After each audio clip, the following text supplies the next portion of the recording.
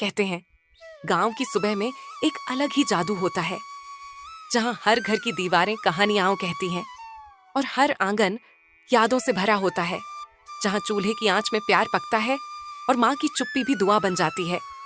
यही तो है वो गांव जहां इस कहानी की शुरुआत होती है। एक माँ, एक बेटा और एक आखिरी पत्ता। जीवन की सबसे बड़ी समस्या तब आती है जब हमारे पास समय कम होता है और कहने को बहुत कुछ होता है।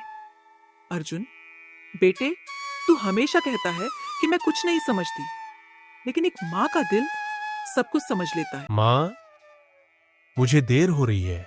आप हर बार भावुक क्यों हो जाती हैं? यह कहकर अर्जुन डॉक्टर साहब के घर की ओर चले जाता है।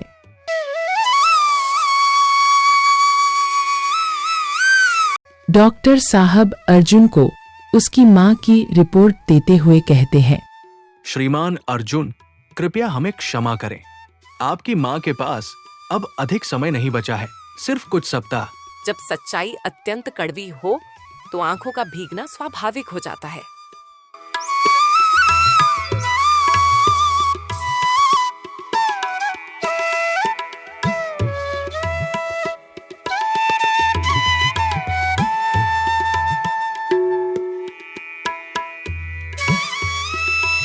माया, तू इस पुरानी डाल पर बैठी है, फिर भी तेरा पत्ता सबसे हरा दिखाई देता है। कमला, जब तक सांसें चलती हैं, मैं अर्जुन के लिए एक अंतिम सीख छोड़कर जाऊंगी। कुछ लोग इस दुनिया से विदा लेते हुए भी जीवन की पुस्तक का अंतिम पृष्ठ लिख जाते हैं। कभी कभी माँ की बातें तभी समझ में आती हैं जब वह स्वयं बोलना बंद कर देती है।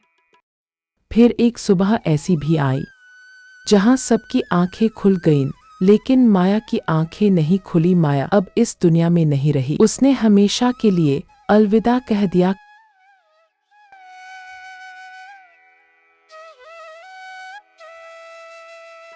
मैं तो केवल चिंतित था माँ। आपने तो हमेशा सिर्फ मुझे ही सोचा। आंधियां बहुत कुछ उड़ा सकती हैं, पर माँ का प्यार नहीं।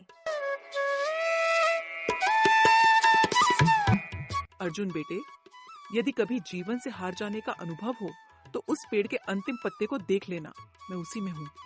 वह अंतिम पत्ता एक माँ का अंतिम प्रेम था जो कभी नहीं झुकता। माँ यह संसार छोड़ जाती है, परंतु उनकी दी गई सीख हमेशा हमारे हृदय के किसी कोने में जीवित रहती है।